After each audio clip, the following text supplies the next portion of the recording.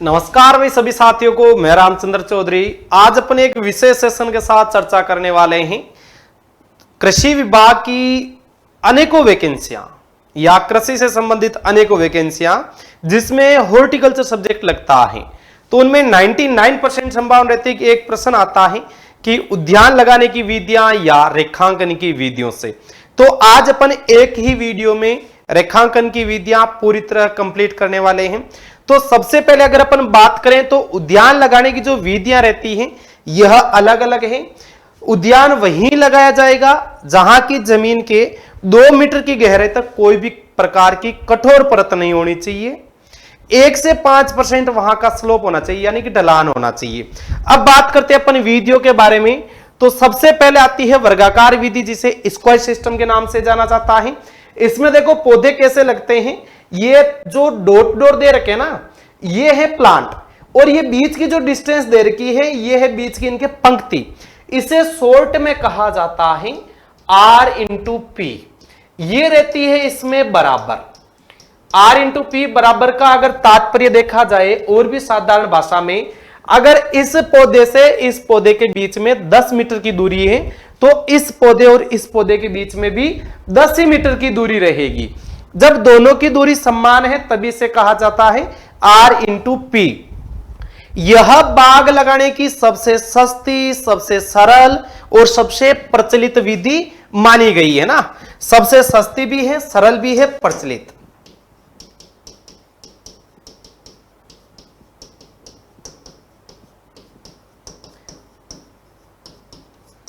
और यह प्रचलित रहती है। इसके बाद हम बात करते हैं त्रिभुजाकार विधि। त्रिभुजाकार विधि में इस प्रकार से प्लांट लगते हैं कि 3 प्लांट लगेंगे, वह त्रिभुज की आकृति का निर्माण करेंगे। अब जरूरी नहीं है कि यह त्रिभुज जैसा है वैसा ही रहे, यह त्रिभुज ऐसे रोटेट भी हो सकता है। तो यह विधि उन क्षेत्रों के लिए उपयुक्त है जो उबड़ खाबड़ हैं, असमतल भी हैं, वहां यह विधि अपना सकते हैं। उस क्षेत्र के लिए अच्छी है, लेकिन सबसे अच्छी नहीं है। उबड़ खाबड़ के लिए सबसे अच्छी रहती है कंटूर। लेकिन जो खेत बराबर चारों भुजाओं से समान नहीं होते वहां यह विधि अपनाई जा सकती है। इसमें बगीचा सघन हो जाता है, कृषि क्रिया करने में भी कठिनाई आती है। मुख्य ध्यान रखने योग्य जो बात है, इसमें वर्गाकार विधि की तुलना में लगभग 11% पौध कम लगते हैं। इस चीज का विशेष तौर से ध्यान रखना है। इसके बाद में अगली विधि आती है पंचभुजाकार, जिसे क्वीन कंस के नाम से भी जाना जाता है, पूरक विधि भी कहा जाता है, फिलर विधि के नाम से भी जाना जाता है, पेंटागोनल भी से बोलते हैं। यह बाग लगाने की एकमात्र ऐसी विधि है जिसमें शुरुआत से ही अतिरिक्त आमदनी प्राप्त होती, बाकी कोई भी विधि में स्टार्ट से एक्स्ट्रा इनकम नहीं मिलती है। इसमें इस प्रकार पौधे लगाए जाते हैं कि 4 भुजाओं पर तो लगाए जाते हैं स्थायी फल वृक्ष, 4 भुजाओं पर स्थायी फल वृक्ष, और इनके बीच में जो 5वां पौधा लगाया जाएगा यह पूरक या अस्थायी। अब पूरक पौधा क्या चीज रहती है कि यह कम अवधि में फलन देने वाले पौधे रहते हैं। जब मुख्य फल उत्पादन शुरू कर देता है तब इन पौधों को रिप्लेस कर दिया जाता है, निकाल दिया जाता है। अब बात की जाए पूरक पौधे होते कौन कौन से हैं, तो देखो केला है, पपीता है, फालसा है और अनानास। राजस्थान के लिए जो सबसे अच्छा पूरक पौधा माना जाता है वह फालसा माना जाता है। यह शहर के नजदीक या जो महंगी भूमियां हैं वहां के लिए यह विधि बेस्ट मानी गई है, क्योंकि इसमें प्लांटेशन ठीक हो रहा है। और इसमें ध्यान रखना है कि वर्गाकार विधि है, इसकी तुलना में लगभग डबल पौधे, लगभग 2 गुना पौधे लगते हैं। अगर यही आपसे कैलकुलेशन करवा दे, कैलकुलेशन करवाएगा तो आपको ध्यान रखना है 81% की कैलकुलेशन करनी है, क्योंकि लगभग 2 गुना का एग्जैक्ट तो नहीं कहा ना, तो 81% एग्जैक्ट ज्यादा लगते हैं। इसके बाद में आती है षटभुजाकार, जिसे समत्रिबाहु त्रिभुज या स्पेचुला विधि के नाम से भी जाना जाता है। इसमें 6 भुजाओं पर लगाए जाते हैं स्थायी फल वृक्ष, और इसके बीच में एक 7वां अतिरिक्त स्थायी पौधा लगाया जाता है। पंचभुजाकार में अस्थायी था, षटभुजाकार में जो 7वां पौधा लग रहा है वह भी स्थायी पौधा लग रहा है। वर्गाकार विधि की तुलना में 15% पौध इसमें ज्यादा लगते हैं। षटभुजाकार में वर्गाकार की तुलना में 15% ज्यादा लगते हैं। शहर के नजदीक या महंगी जो भूमियां हैं वहां के लिए यह विधि ठीक मानी गई है। पंचभुजाकार भी ठीक है, षटभुजाकार भी ठीक है महंगी भूमियों के लिए।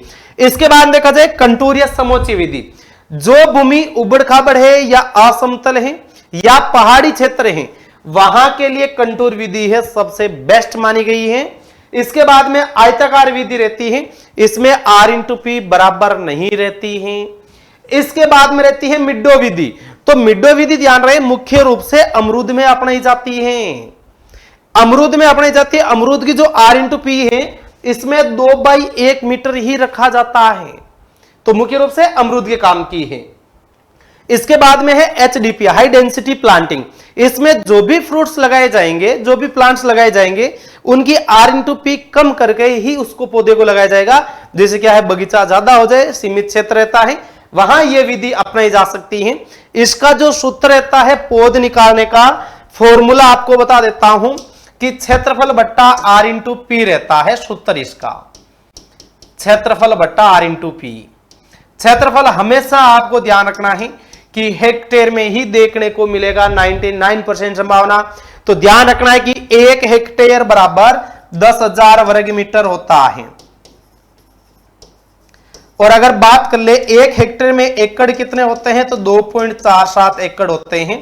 तो इनका आप ध्यान रखना है कि आपको R/P मिलेगी वह आपको वर्ग मीटर मिलेगी, जबकि एरिया है हेक्टेयर मिलता है।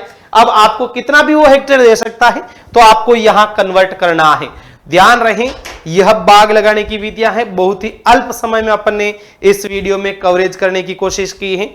यदि आप कोई भी एग्रीकल्चर रिलेटेड कॉम्पिटिटिव एग्जाम की तैयारी कर रहे हैं तो जुड़े डेली शाम फिक्स 6:15 बजे उत्कर्ष एग्रीकल्चर यूट्यूब चैनल पर।